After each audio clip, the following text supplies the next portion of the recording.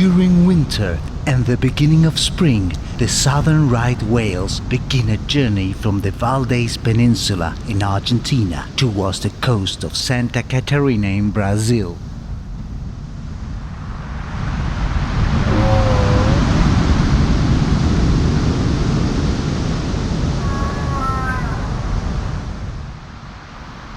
The eastern coast of Uruguay is an ideal place for them to rest, enjoy the mix of fresh water and ocean, and give themselves to each other.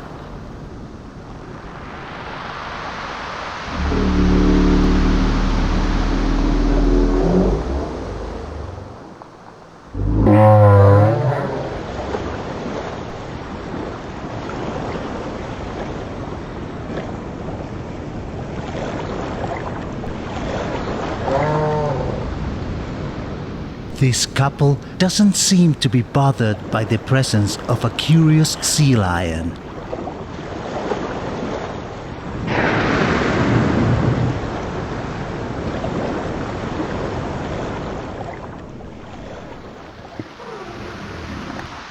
Closer to the coast, a whale calf plays with its mother.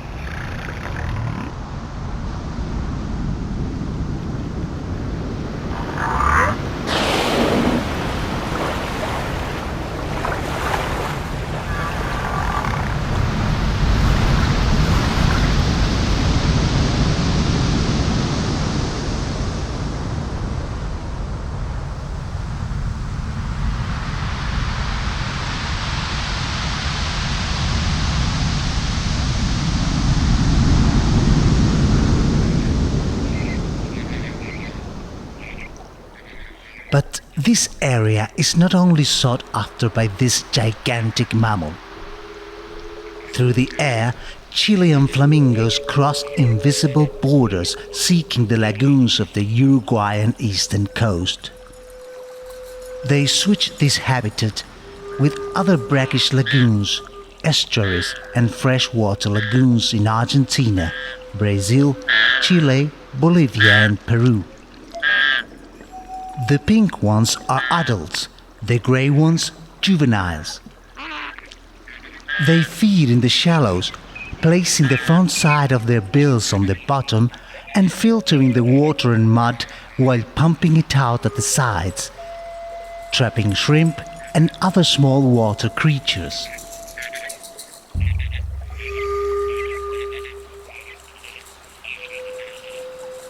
There are 6 species of flamingos in the world. 3 of them can be found in South America.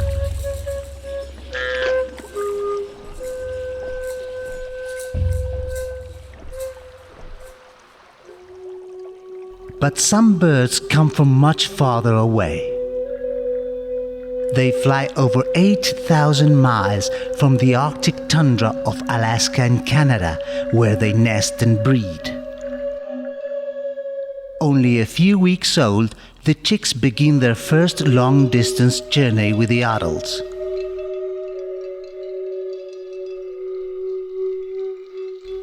Every year, they use the same places to rest and feed.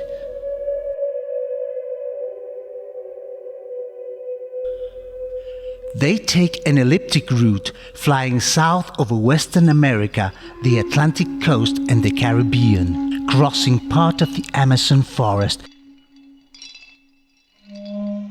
to stay in the Uruguayan East Coast lagoons in the southern spring and summer.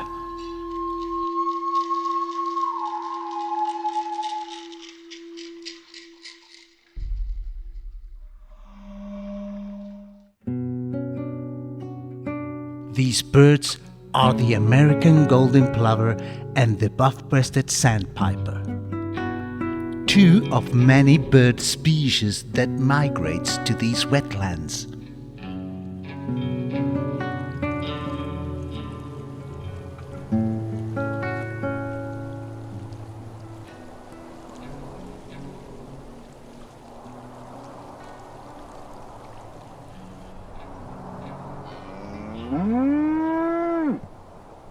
These migrants make a huge effort to reach the lagoons and to switch polar bears and the Inuit for cows, the gauchos and the rheas for a few months.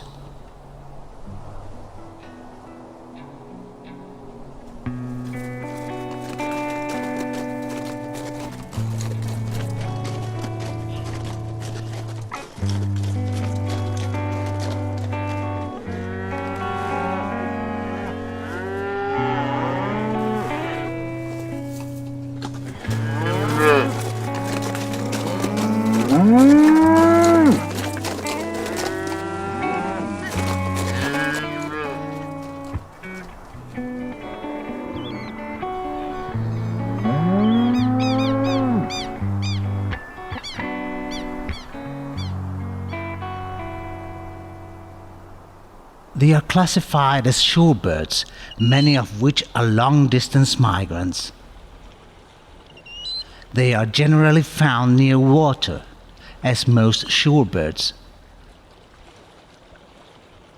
However, these two species prefer pasture lands near lagoons and lakes.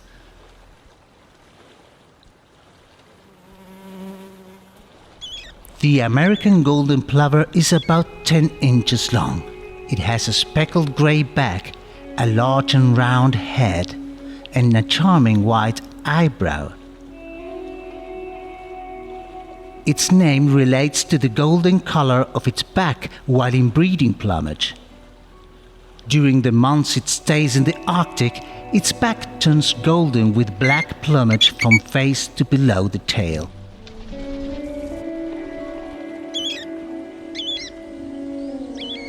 The buff-breasted sandpiper is smaller, barely bigger than a sparrow.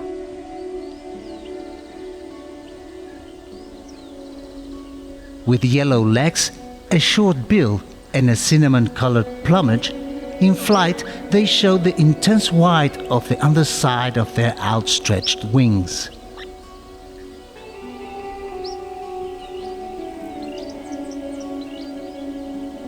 During their stay in the south, they prepare for their return, feeding abundantly and replacing their worn-out feathers with fresh plumage.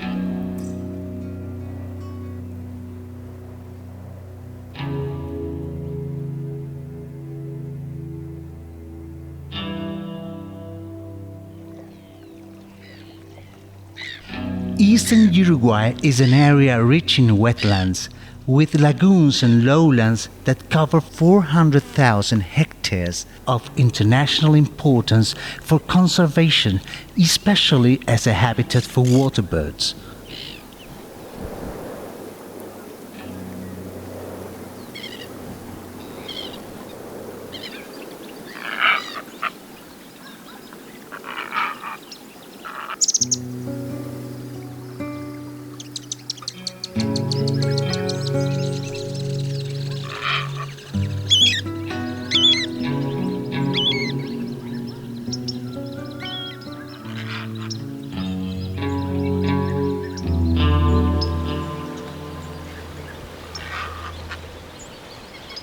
They share their habitat with other birds, like the southern lapwing, another typical plover from the Uruguayan grasslands.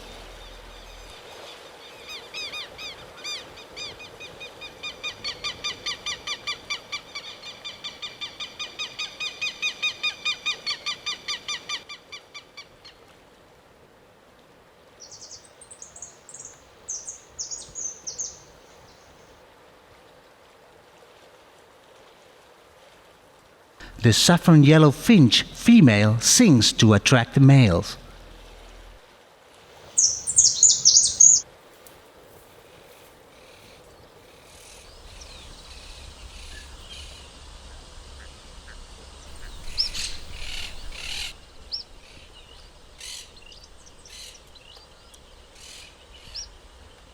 Meanwhile, a scarlet flycatcher and a white monquita are looking for their dinner.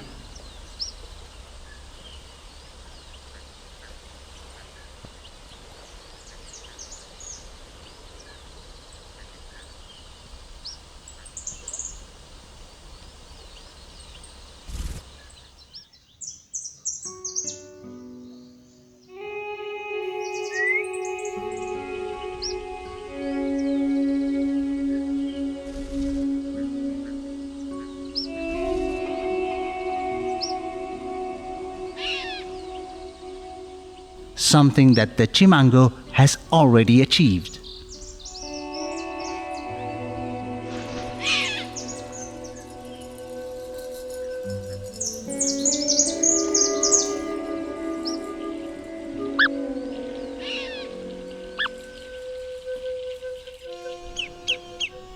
Another migrant that finds his food in shallow waters is the lesser yellow-legged sandpiper.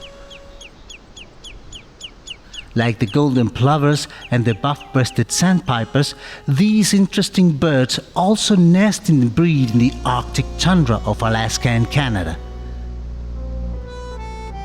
They start to arrive in these lagoons in September, and some stay till late March. They say it was here they learned to tango.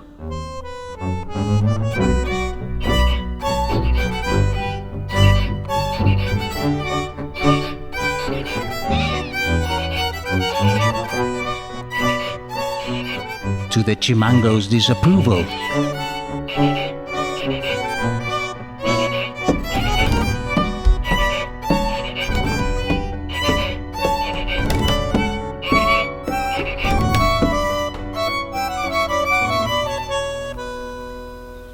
And the astonishment of the pampa finch.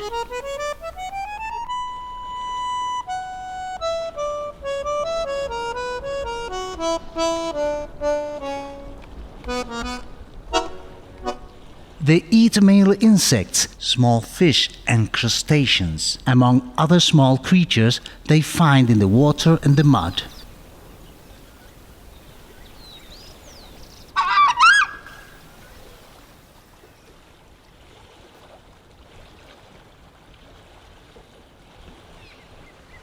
The chimango is not only a great hunter, it eats almost everything, from carrion to lagoon delights.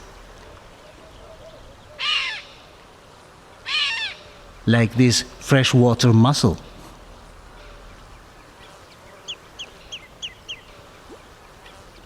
Uruguayan East Coast wetlands are well preserved and they shelter valuable elements of biodiversity in general and shorebirds in particular. This region is essential to preserve and ensure the conservation of these species on a global scale. The black-necked stilt is an elegant resident bird that can be found in the entire continent, alone or in flocks, looking for food in shallow waters.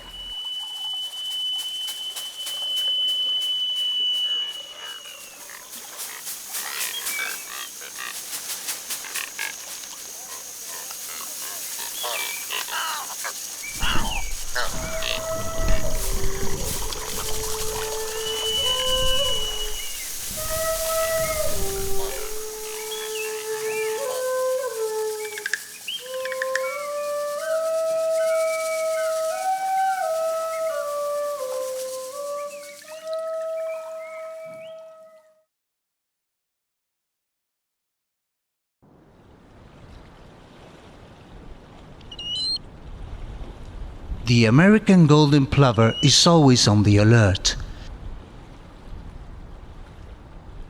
Its upright posture and small runs are typical of this bird, as well as its alarm call. It is a great sentinel when danger appears.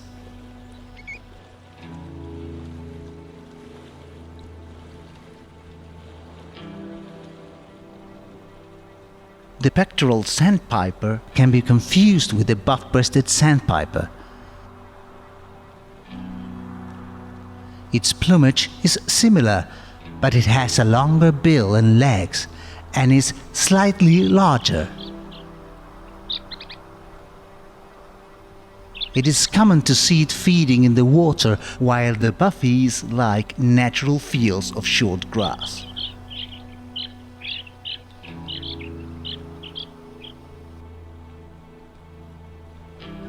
These migratory birds also nest and breed in the Arctic Circle in Siberia and North America, and remain in the southern hemisphere of America during the austral spring and summer.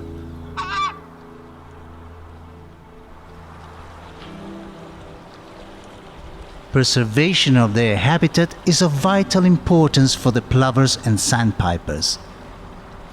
Human productive activities must necessarily be carried out in total respect for wetlands and their environment.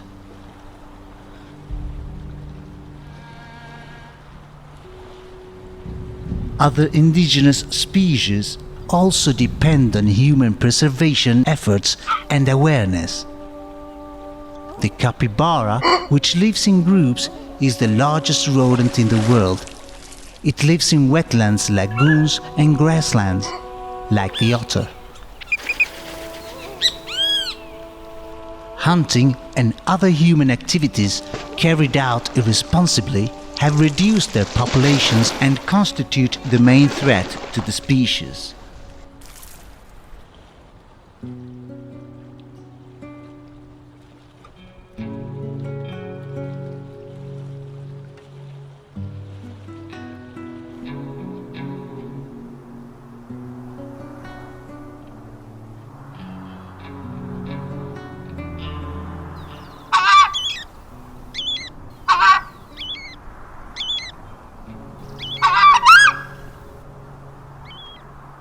At dusk, the golden plover and the buff-breasted sandpipers go to sleep.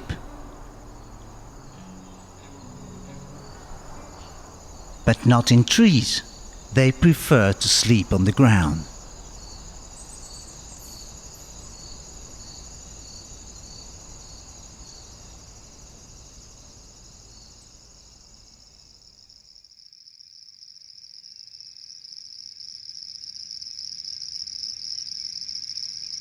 Every year, the golden plover and the buff-breasted sandpiper fly over 18,000 miles. In 10 years, they travel the distance to the moon.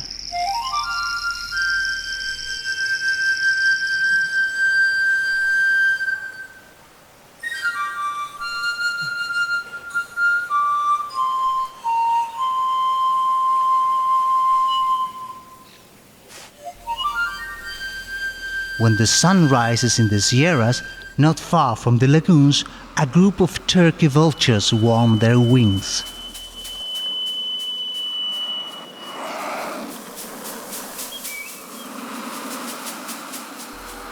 These scavengers are related to the condor and use thermal columns to rise up in the air.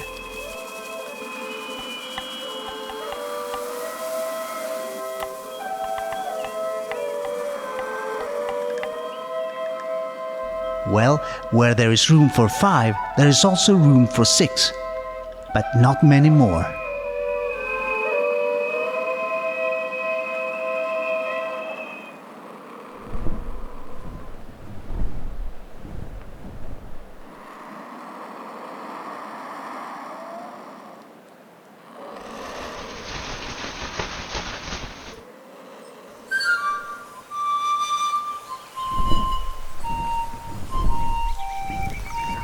Their flight is an ode to aerodynamics.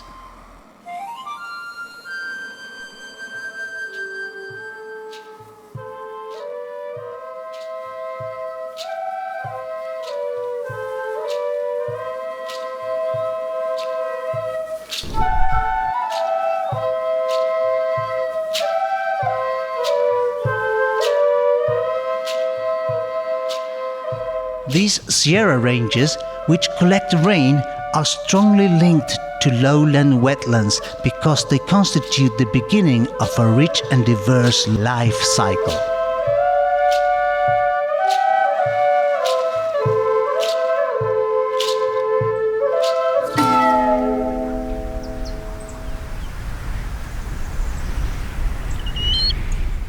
Although they also feed on seeds, American golden plovers and buff-breasted sandpipers mainly eat insects, like the larvae, which abound in these cow dung-mined fields. Certain crops are sprayed with agrochemicals that affect the habitat, reducing the number of invertebrates, the main food source of the buff-breasted sandpiper. These birds depend on natural grasslands, and the reduction of or damage of these pastures have reduced populations.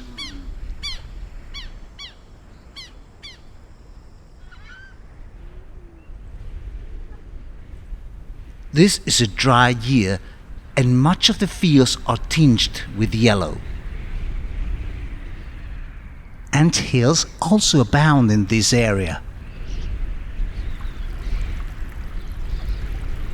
When the wind gets intense, the anthills are good shelters.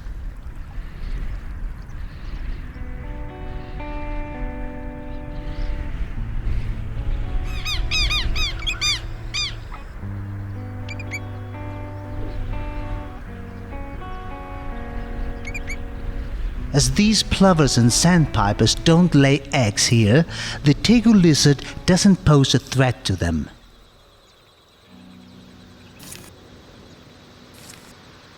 This adult sniffs with its tongue in his search for food.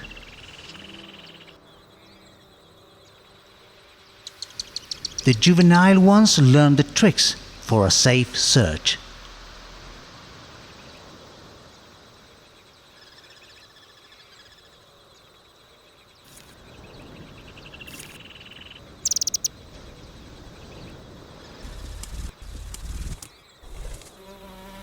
Should I stay or should I go?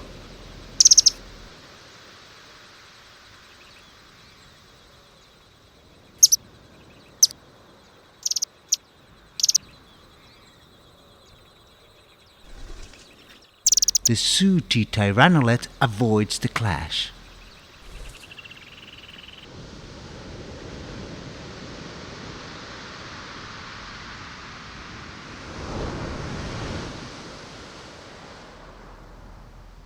The burrowing owl, though, stays to defend the nest.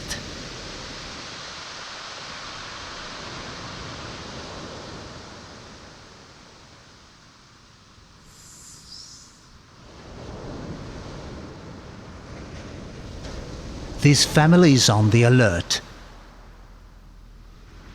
at the ready due to the presence of the reptiles.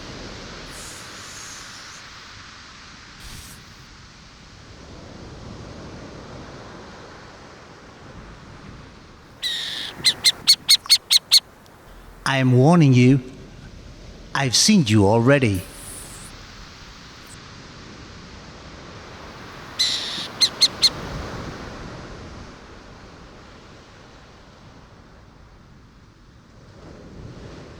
Mother Owl sends her brood inside the nest while she stays on alert, keeping an eye on the lizard. In the nest and with his parents watching, it should be safe. Lizards do not have many natural enemies, but as is frequent, irresponsible human behavior can turn into deadly danger. Only a few hours after these images were recorded, this juvenile lizard was run over by a vehicle on a country road.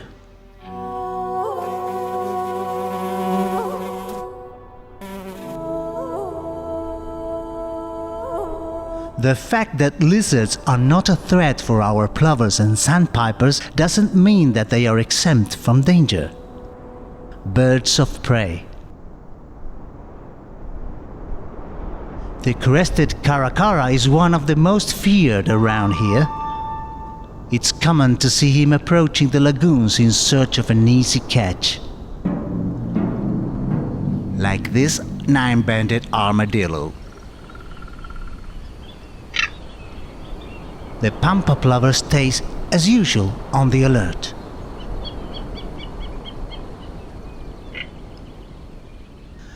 The buff-breasted sandpiper seems to rely on the sentinel and feeds calmly, trying not to move too far away from his protector.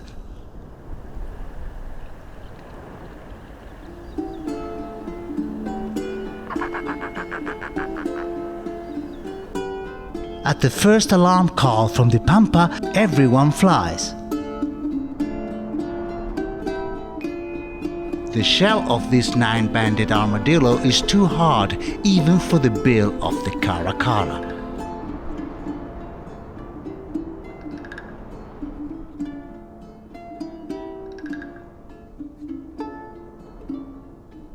This time, the tattoo managed to fool them. The Karakara goes off to find an easier prey. One pampa sees his intentions and gives the alarm. When the call is heard, all the birds fly.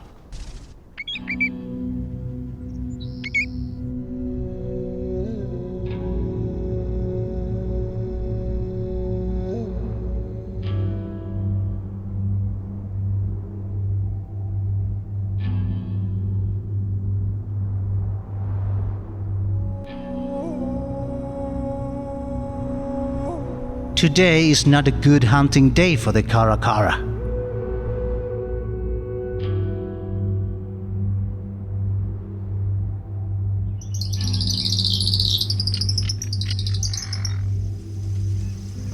In this dry year, mortality in the fields favors the scavengers. On this occasion, they feed on a fallen sheep.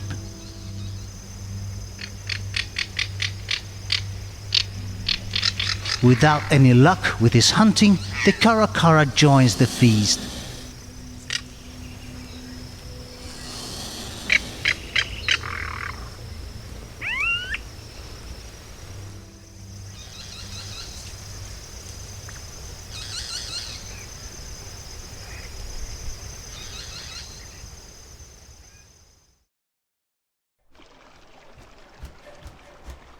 Uruguayan East Coast lagoons were formed in prehistoric times between 4,000 and 6,000 years ago.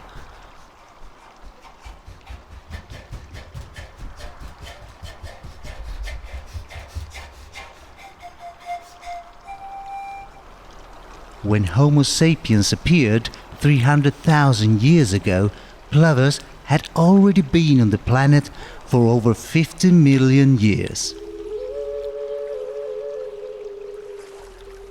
Approximately since the dinosaurs became extinct.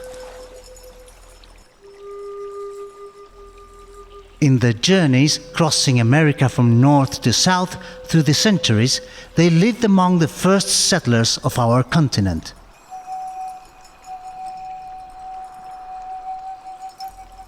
In the lowlands, linked to the wetlands, there are thousands of indigenous hills, ancient mounds dating from over 5,000 years ago, which keep secrets from this region's extinct native cultures. Some indigenous cultures believe that we don't inherit the land from our ancestors, but we borrow it from our children.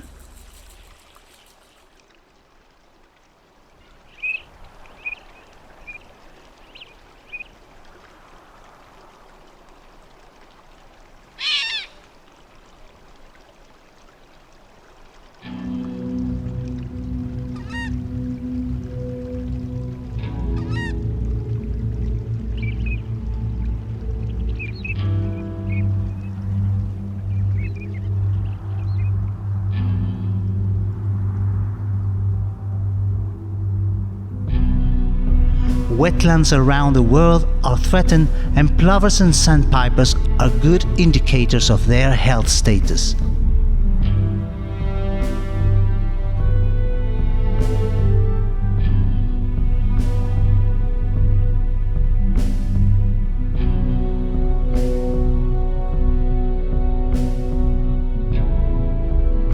And at the end of summer, with new wings and renewed energy, the journey back to the Arctic tundra begins.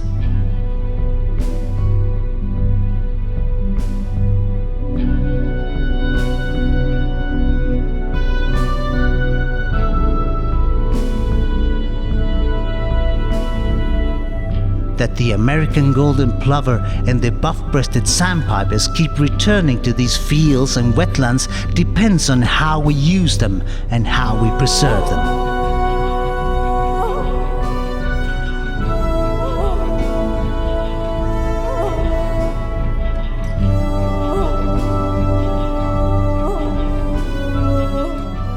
A new 8,000-mile journey awaits them, not devoid of climatic difficulties such as hurricanes, as well as natural predators and human threats.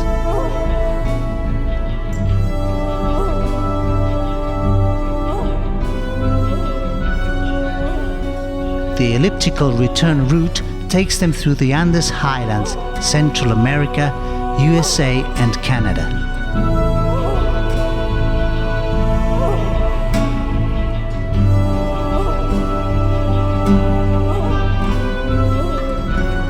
In their night flights, they are guided by the stars.